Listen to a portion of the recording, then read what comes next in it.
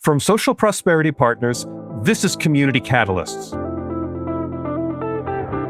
People don't see what's there, they see what they've been programmed to see. And so until they can see it differently, they'll never see differently. Welcome to Community Catalysts. I'm your host, Matt Lehrman. If you serve your community in any leadership role, you already know the work asks a lot of you. The responsibility is real, expectations are high, and the path forward is rarely simple. This podcast exists for those moments. It's a place to slow down, to reflect with openness, and to learn from leaders who are navigating complexity while the stakes are still very real. Today's episode is part of a monthly series sponsored by RELI, the Regional Elected Leaders Initiative at George Mason University's Schar School of Policy and Government. RELI connects and supports regional leaders across Northern Virginia, helping them take on complex challenges through collaboration and shared learning.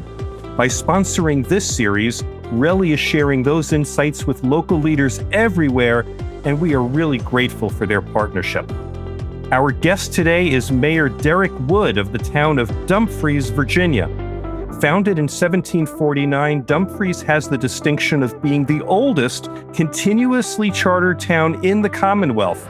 And I'm looking forward to exploring with the mayor the hard-earned leadership lessons that come from guiding a well-established community through real change, rebuilding civic confidence, strengthening the town's finances, and making decisions intended to turn long-standing challenges into opportunities for the future. Mayor Derrick Wood, welcome to Community Catalysts. Thank you, Matt. Thanks for having me, and thanks for just being a catalyst in the community and really getting these stories and exposing it. You know, local government, being on the bottom of the government pyramid, we don't get a lot of spotlight. We don't get a lot of shine. So shows like yours are important because local government is the first point that touches the community. When people need their potholes filled, they're calling their mayor. When they got issues with neighbors, they're calling their mayor. When they see a tree down, or they see you in the grocery store, in the church, or the community events, they know that they can reach out and touch. And so oftentimes we are the ones who don't have the biggest platform as far as national media and all of that is concerned, because we are on the bottom of the pyramid. We're not on the state government, or we're not in the federal government. So we don't get talked about. So we're not sexy, we're not glamorized, but we're the ones who are closest to the people and they get to see. So thank you for what you're doing and being that catalyst in the community, spotlighting and showcasing these voices. Mayor, I'm delighted to do it. And I think we should tell everyone that you and I have met before. I had the great honor of being invited a couple of times, actually 3 times, to address the Virginia Municipal League. You and I met there, and like 4 or 5 years ago, I think, at this point. And I have to say, you and the fellow members of your council who were there were the most friendly people. And if I recall correctly, the first people to make me feel warm and included when I went to the VML conference. Do you remember that? Yeah, absolutely. I mean, we were excited about just being able to learn. You know, this is the first council that I've been able to bring and expose them to those type of conferences. I'm a lifelong learner. I think my superpower is learning and getting into rooms and building these type of relationships. And I think it's important that people find mentors, or they find relationships that they can build so they can grow not only their influence, but their capability. You know, I went from barbecue making, so policy making was something that was very foreign to me. And so being able to meet people like you at these conferences to expand my knowledge base in politics and policy making is of extreme importance. Tell everyone what you mean by your background in barbecue making. Yeah, so my training is in hospitality management, the culinary arts. I run a barbecue catering and competition team when I do have the opportunity to get out there. So I barbecue for a living. So I went from most people don't know, but barbecue is the gateway that introduced me to the world of local politics. Right, I got a cease-and-desist notice and got kicked off the side of the road for selling barbecue at a coffee shop because they didn't have a land use policy that said I could do it, and they didn't have a land use policy, in my opinion, that said I couldn't do it. And so a bunch of business owners at the time that used to come to the coffee shop was like, "Hey, we all should go to a council meeting," because they had gripes and complaints, and I looked at them and was like, "Well, what is a council meeting?" Type.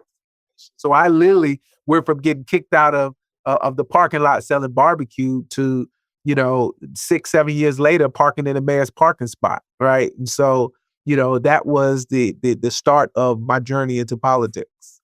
I didn't know that story. So tell us a little more about that. What was the hard part there, and the part where you turned from being someone trying to navigate the system for your own business to someone who said, I could provide leadership to this entire system.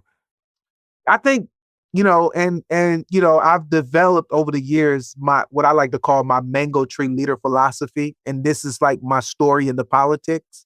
I I had to become the solution to a problem. Like now, I barbecued because I generally, Matt, that's how I fed my family. That's how I put clothes on my kids' back. That's how I paid my bills, right, my rent and my mortgage or whatever, because I barbecued. And so getting this letter cease and desist, right now, I'm angry and I have a problem. And so anger is good when you put it towards the energy to solving your own problem. So I went to the council meeting not knowing anything about politics, and I'm watching what in the work that you do look like the Jerry Springer show Yeah. right up there, because and I have no clue because I've never been to a local government meeting, and I signed up for citizen comment time, and I get up and I say exactly what I just said. Hey, you don't have no laws that say I can do it when I can't, and then you don't have no laws that say I can't do it. So this cease and desist just don't make common sense to me. And so why do I have to come in here and ask y'all to create a law to allow me to do something that, and it made me think lemonade stands was illegal. Everything was illegal from people setting up on the side of the road because the town hadn't said it was an allowable use. At the time, I still had no clue and just didn't understand none of that. And so some lady said, hey, I guess I sounded good up there talking. They was like, hey, you ought to run for council. And I'm like, run for what? And all I know is now I have a problem that I need a solution to. So in my mind, if that's the solution to my problem, then yes, I'm going to run. Right. And so most people don't understand that we're all the solution to a problem in the world, and we just don't know it. I didn't realize until later that I'm thinking I'm going to solve my problem, but the community had a greater problem that they needed solving. And it was kind of God's way of calling me collect, getting my attention. And I just had to pick up the phone and accept the charges. Right. How do you describe the greater problem that the community had? Yeah, I describe it as it was a sense of like when I went in that room, who is the town of Dumfries? Like we didn't know about local government. So there was no communication about what local government was and what local government did. Like the greater problem was, what is the identity? Like who is Dumfries and what is Dumfries known for? It was an exit on Interstate 95, 25 miles south of Washington, D.C., that when you drove through it during that time, you had this issue because the landfill stank.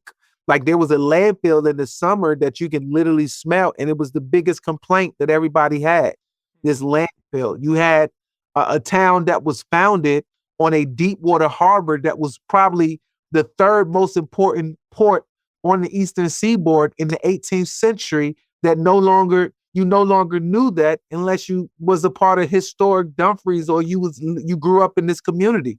And so you had all of this rich history. George Washington's biographer had a business, Parson Weems, where he sat down and he came up with the idea to create this cherry cheese story right here in the town of Dumfries. And so, the problem that I was solving was not my problem of getting land use to be able to barbecue, but how do I help this community rediscover who it is? You wouldn't believe it, but I didn't watch politics on TV. I didn't read it in the newspapers. I never voted in a local election. I only voted in presidential elections because I just didn't know nothing about it. And so when I say God called me collect, most young people probably listen to this probably don't know what a collect call is, but it's when you don't have any money and somebody calls you and say, well, you accept the charges. Right. And I accepted the charge to go into this industry or this business or this profession that I knew nothing about.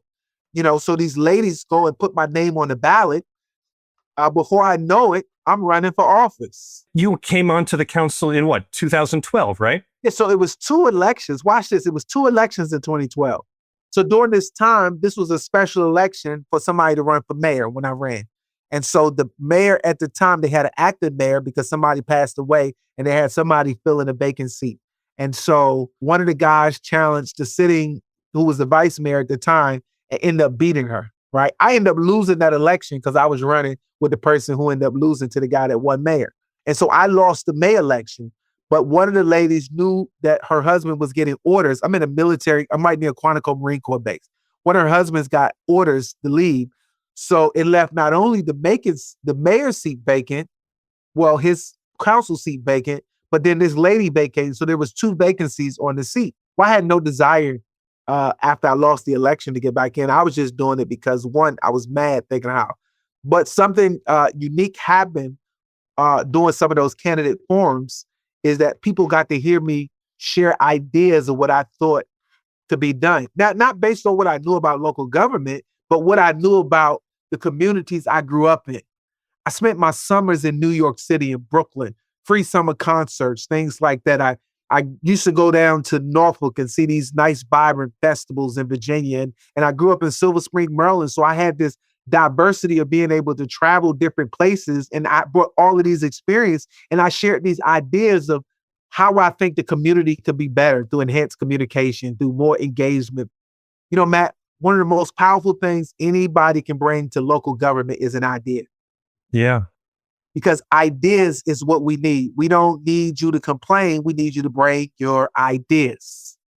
I hope people pick that up. We need your ideas. And so I had some ideas that he thought we could implement in the community. And he said the only thing I needed to learn, because I was out there independent, was to learn that politics is now a team sport where we have a common goal and a common thing that we want to accomplish. And so I had a write-in campaign that November 2012, a cold day, on the bottom of Barack Obama's reelection campaign. And there were three other candidates trying to get that same write-in seat.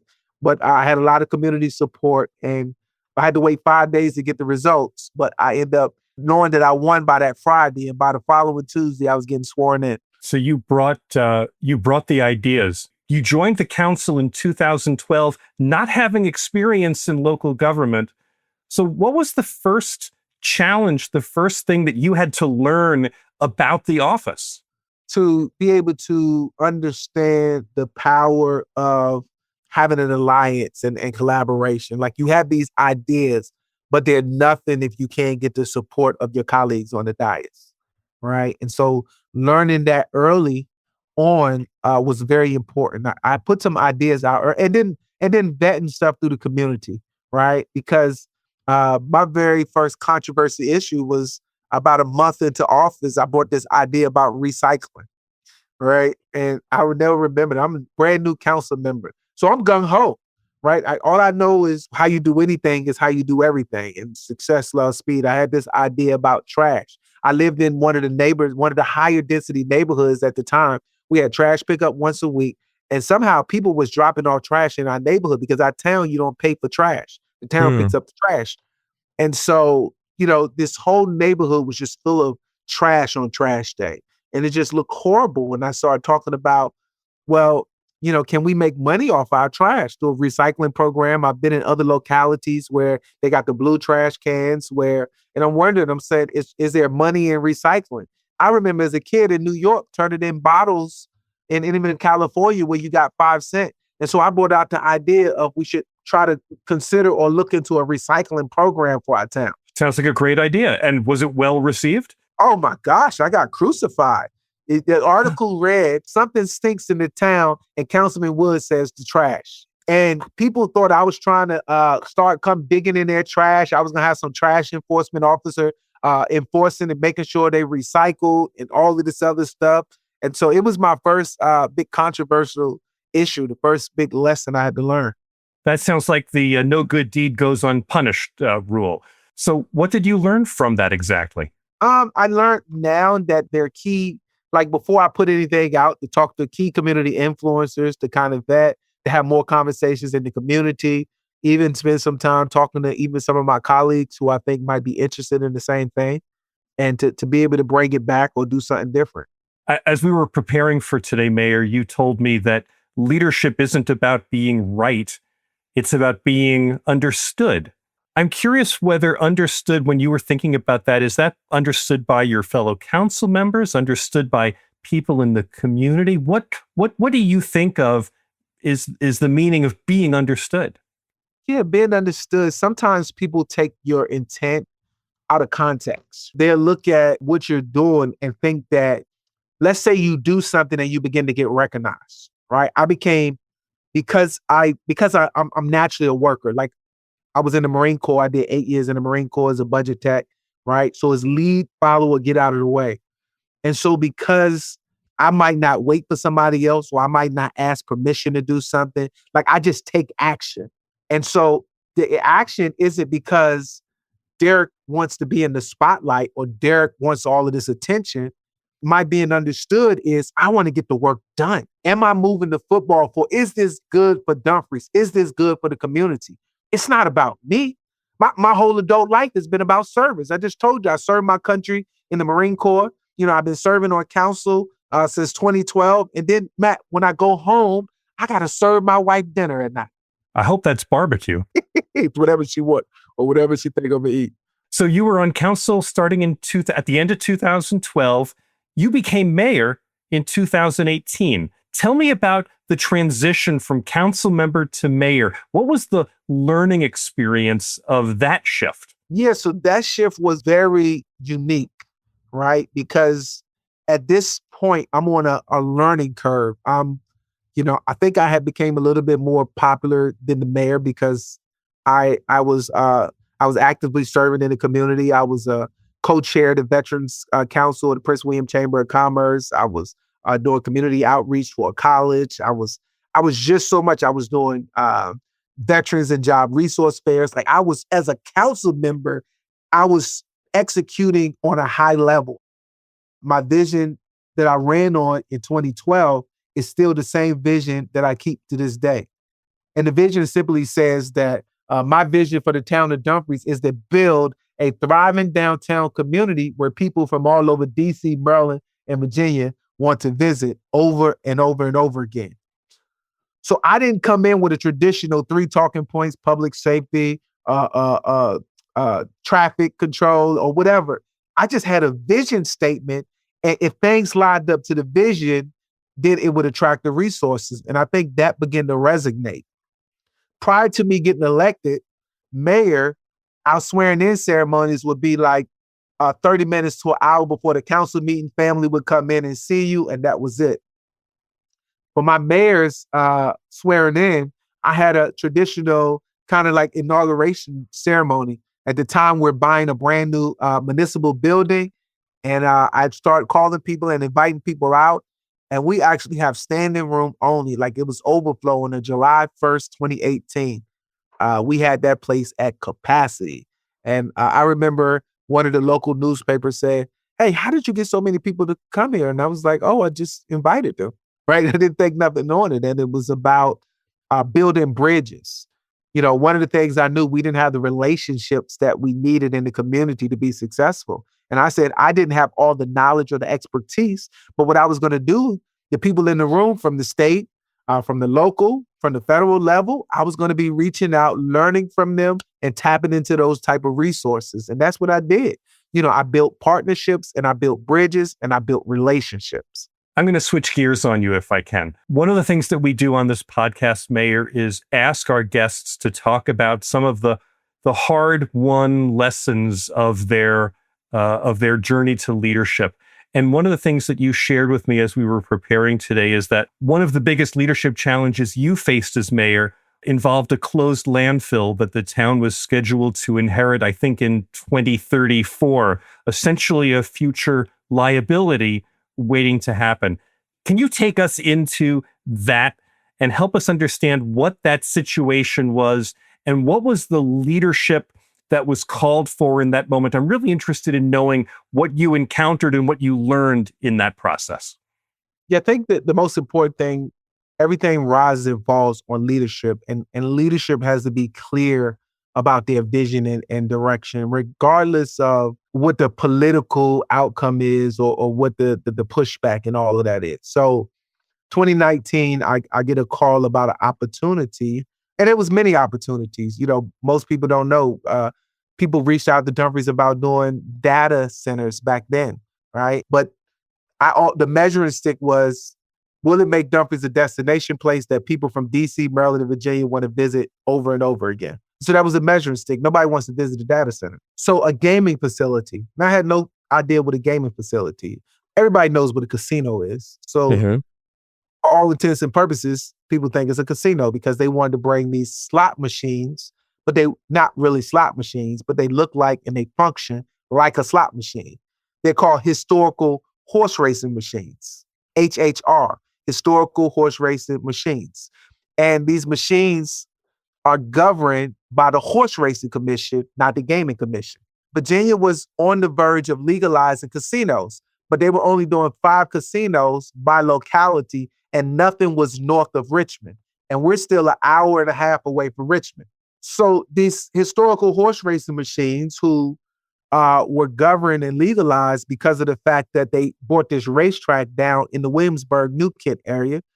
And the New Kent, they authorized and got authorization from the General Assembly to do off-track betting, right? And so these were going to be satellite facilities that had these horse racing machines, but they also will simulcast all the horse racing. So now how do you introduce what the community would see as a vice to the community?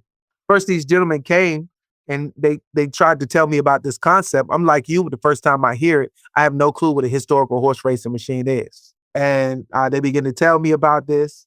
But then they asked me a fundamental question that I think every leader needs to be able to answer when somebody asks.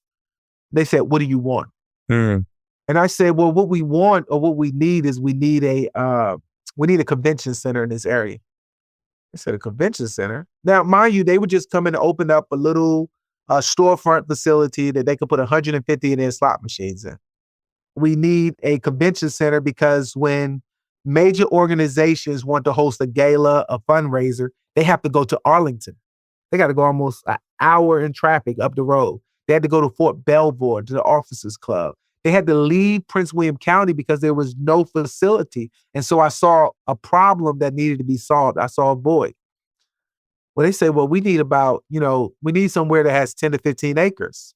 Now, 2014, as a young council member, I'm sitting in legal briefings about this landfill. I'm not quite understanding. I know it stinks. The landfill is coming in. They say, hey, we want to give you a close date. Now, the town had been in legal disputes with this landfill since 1984, when the landfill first opened. I had to do some digging. So in 1984, they're in these legal disputes with the landfill because it opened up and they didn't want it in the community. So from 1984 to 2014, right, what are we looking at? 30 years, right? It went by. The town has been trying to close this landfill down. So in 2014, we negotiate a closure date. The closure date with the agreement that they have always been trying to get permits on land that they own, that they wanted to be able to put construction debris on, that we said, no, we'll give you permission to go higher. And when you get to a certain height or a certain date, you have to close down. And also you have to pay us a host fee agreement. So you have to pay us a certain amount of extra money on all the tonnage of construction trash that you collect. So in 2014, the thing is still going, and the job now is to figure out how do we get to the end of this relationship. The relationship has an expiration date. 2034 is the expiration date. You have to close no matter what by 2034. So it's a 20-year agreement. And we had negotiated like $5 million over 20 years, was it? And, we ended up getting that money sooner. And so it worked out because when it got brought out, they had to honor the agreement still. So here's the controversy. Now, I say we have to do gaming, but we have to put it on the ballot and let the community vote about it. So now it's split because not only you got your community, but now the surrounding communities all got an opinion. People start bringing up stuff about human sex trafficking, and they start bringing up about getting addicted to gambling and things like that. People came with all the reasons why this wouldn't work in the community versus finding all the reasons that it would work and what we were bringing. And was the goal to put the facility on or adjacent to where the landfill was? Adjacent. You cannot build on a landfill. That's the biggest conception that most people have, is that we built on a landfill. Once you cap a landfill off, you can't pierce the liner or none of that stuff. You can't even dig in there. You can't put no underground utilities. You can put nothing in a landfill once it's been capped off and closed. That landfill has to settle for 10, 15, 20 years, right? And it has a whole bunch of gas and all of that other stuff that's escaping out of there. What do you call it? Like ethanol, or like propane, whatever. Methane, Ethane gas that's coming out of that thing. So you cannot, I repeat, you cannot build on a landfill. But you can build next to it, and you can build next to it, not a casino, but a gaming facility of some sort. You can build whatever you rezone and whatever your zoning laws allow. We just so happen to build a hotel and a gaming resort with a food court, a sports bar, and a white tablecloth steakhouse that's comparable to a Ruth Chris.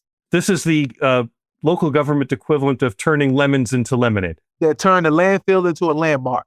That's better. Check this out. It's called the Rose Gaming Resort. And it's called the Rose because it's based off of horse racing. After a horse wins a race, they come and they lay a bed of roses on the horse. And so, the controversy, it came from the community and the pushback from the idea of what people thought this was going to be. When in reality, it brought over 500 jobs to this community. In reality, Matt, what I had to message and tell people is, hey, the lottery is not illegal, it's legal. Alcohol is not illegal, it's legal, right? And so I don't see you at the local gas stations or the local convenience stores saying that they brought vices to this community. Prohibition ended and alcohol became legal. The General Assembly passed a law that allowed gaming in Virginia. So I can see if I was bringing an illegal thing to the community, I'm bringing something legal that's creating jobs. So now when that young single mom who didn't have a job, now she has a place to have a job. And so I had to reframe and show them how it benefited them and their neighbors. This is about not being right. It's about being understood. Had to be understood. Now, I'm not, for all intents and purposes, I'm not no person that sits up in there and play the slots or gamble on the horses. Now because it's here, I might go try to figure it out, but I'm putting like $5 in there and then I'm done. After I lose my little $5, it's not my thing, but people who that's their thing, who look for that enjoyment. I got calls from some seniors who wouldn't come out publicly, but they would say, hey, I go to West Virginia or I go to Maryland to do this. And so it was also about how do we recapture revenue for the Commonwealth that was being lost to other states. Mayor, there are people who are listening to this interview who are leaders in their own communities, mayors and council members and school board members and the like. What lesson would you offer to them from this experience about finding yourself in the middle of a controversy where you believe that what you're doing is really important for the community, but you're also receiving a fair amount of blowback in the midst of it? Yeah, the biggest thing I want you to do is not what you know that makes you who you are, it's what you do with what you know. I want you to take time, not first to be understood, but seek to understand, right? We talked about that. And then 2, people don't see what's there, they see what they've been programmed to see. And so until they can see it differently, they'll never see differently. I know I said that. Until you change the way you see a thing, the thing you look at that would never change. Tell me what that means in practical terms. In practical terms, say you're looking at the FedEx logo and you think the FedEx logo is the words FedEx. When in essence, you could have been looking at that logo your whole life. And then I come along and say, Matt, hey, FedEx has a logo inside the word FedEx. And you'd be like, what? I say, yeah, look between the letters E and X. There's a white arrow. You'd be like, what? There's a white arrow in the logo? I'd be like, absolutely. And then I pull up a picture of the FedEx logo and you look at it. Once you see, you can't unsee, but you've been looking at this logo all your life as Federal Express, thinking that was the logo, and you missed the white arrow that was in the middle of the logo that says this is all about speed and precision. So until you change the way you see a thing, the thing you're looking at will never change. we're reaching the end of our time together, and I'm really interested in just following up on this point that you just made. When you think about how you catalyze future leadership, what are the things that you're doing, that the town is doing, that make sure that the people who are in this community today recognize their ownership, their investment, their agency in advancing the town's purpose, so that even beyond you, this vibrancy and this sense of connection is going to continue? Ultimately, elected officials are policymakers. The most single thing you can learn how to do is to get things written in policy.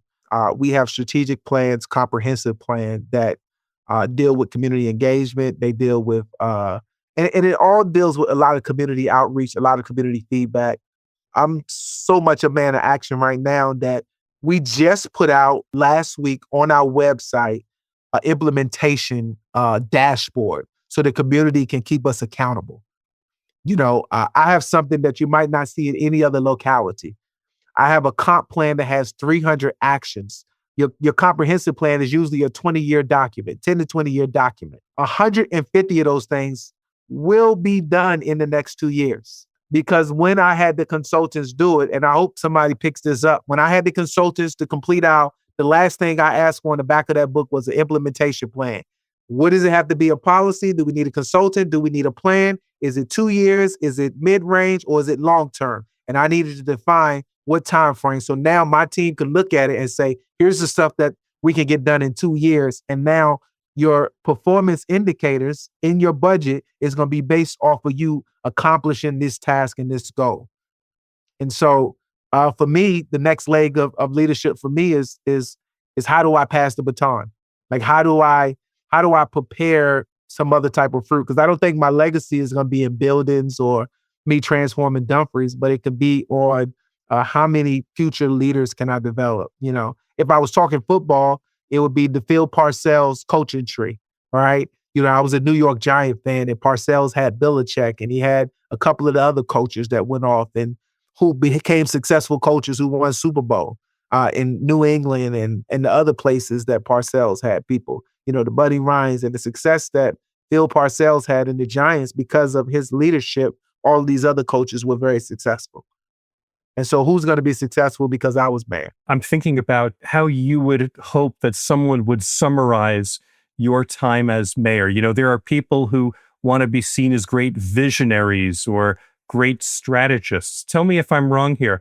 I think what I'm hearing from you is that you'd like to be known as a man of action. Yeah, and more or less, I transformed Dumfries. I took it from being overlooked as just drive-through community to one that's now unforgettable, right? You can't deny Dumfries' place in this region anymore. We were once this place that people called Dumfries. They ain't call it Dumfries, they call it Dumfries because of the landfill, because of the dump. I mean, you can literally smell it. Now, that landfill is a landmark that everybody drives by I-95 and they see this beautiful rose in this high-rise hotel building on this beautiful property. The 80 acres that was a landfill will be opening soon as as adaptive reuse of a landfill into an open park with a place your dogs can play, with a couple of soccer fields, with some picnic areas, and it's the highest point in the town, so you're overlooking the Quantico Creek, which we just purchased 162 acres to revitalize and to bring back the waterfront. We're in the process of developing a downtown Dumfries now. It took me 13 years to get there, but downtown Dumfries is about to transform because we have $200 million set to do Route 1 widening. Route 1 is a major highway that runs from Maine all the way down to the Florida Keys. We don't own the highway, but yet we had to fight to get money to realign it so that we can take ownership of the split and get ownership of a main street so we can build this downtown. So I'm excited about it. So if I can say my legacy is transforming and helping people rediscover Dumfries, because the new Dumfries we're creating is just the old Dumfries rediscovered. We were this bustling port community that people came to from all over the region to buy goods and services. People wanted to live here. It wasn't until our port got silted in from the bad farming practices, the black climate policies, because they didn't have none back then, and we lost our deep water port, that people migrated and began to leave Dumfries, where people are coming home now. they're coming back to Dumfries. And so I'm that transformational mayor who took Dumfries from overlooked to unformidable. I'm the one who led the landfill closure, turning waste into opportunity. I tripled the town's budget, unlocking new investments. I delivered the roles with recreation and revenue. I drove a vibrant waterfront culture. And my most proudest stat, I think, is creating 500 jobs, fueling local growth, giving people a local place to work. I mean, they can follow the journey. Just go to DerrickRwood.com and look at all the news stories that I continue to put out, because I don't wait for anybody else to tell my story. I don't ask for a seat at the table. I'm building the table and inviting others to come sit around this table. Mayor Derrick Wood, thank you for giving us a seat at the table and a chance to hear you talk about this. You know this, and I've known this about you since I first met you. Your energy is incredible, and what you've done is really remarkable. I thank you so much for being available for this conversation and being so candid with us. Thank you so much. Yeah, the pleasure was all mine. Thank you. My thanks again to Mayor Derrick Wood of the town of Dumfries, Virginia. Listening to the mayor, what stays with me is his reflection that effective leadership isn't always about being right. Often it's about being understood. That insight came from experience, and it speaks to something many local leaders eventually discover.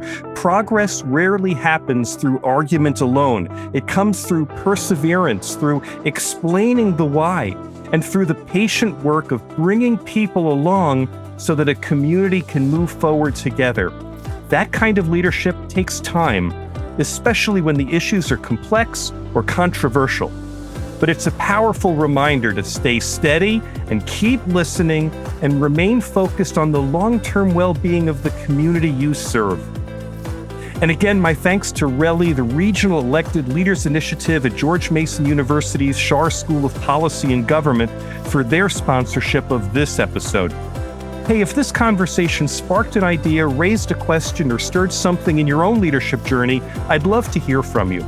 Call me at 602-688-2724 and leave a message, ask a question, share a reflection, or suggest a topic you'd like to hear more deeply explored. I listen to every message, and your input genuinely helps shape future episodes. If you'd be open to sharing some of the hard-earned lessons from your own leadership journey, I invite you to apply to be a guest. You'll find the podcast guest link in the show notes. Your story may help another leader see their own work more clearly as they serve their community. And if you care about strengthening civic life through better conversations, I invite you to subscribe to my Substack column, Democracy Runs on Dialogue. You'll find the link in the show notes, and I look forward to welcoming you to the dialogue there. Community Catalysts is edited by Nick Living the Dream Tantillo. I'm Matt Lehrman of Social Prosperity Partners. Thanks for listening. We'll be back soon with another Community Catalyst.